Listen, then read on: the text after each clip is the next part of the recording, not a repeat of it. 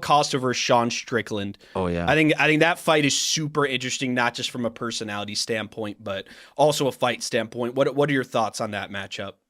I love the fight because there's a lot of pressure on Sean's shoulders. As you know, we talked about earlier. I don't know if you were paying attention, but we also talked about that fight too, Mike. Welcome to the show. Yeah. Sean Strickland, nice reign. Izzy, one fight, he wins. He then loses to DDP. So I think there's a lot of pressure on his shoulders here. I thought Paulo Costa looked good in his last fight, especially considering the layoff. We didn't really know where he'd be. He had the super gnarly staph infection in his elbow that forced him to withdraw from the Khamzat fight back in October. So I love this fight. I love the matchmaking.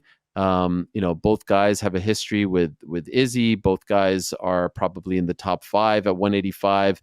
I think that if the Sean Strickland who beat Izzy shows up, I think he should win. Mm-hmm. But if, the Sean Strickland who kind of took a while to get going against DDP shows up, like you can't sit back against Paulo. Like that is a big boy who hits very hard, who continues to evolve. I don't feel like we have seen the best of Paulo Costa. Maybe that's a crazy thing, but like I still feel like he's a work in progress. I still feel like he's a piece of clay that needs to be molded a little bit. So it feels like a 50-50 fight. It is a 5-round fight, which I would say favors Sean Strickland. Oh, I did not know that.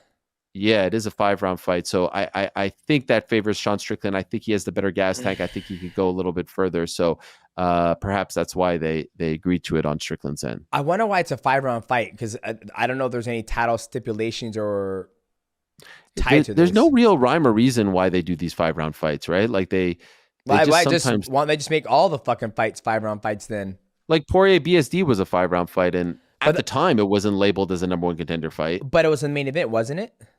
Nah, it was under Cheeto and Suga. Oh, yeah.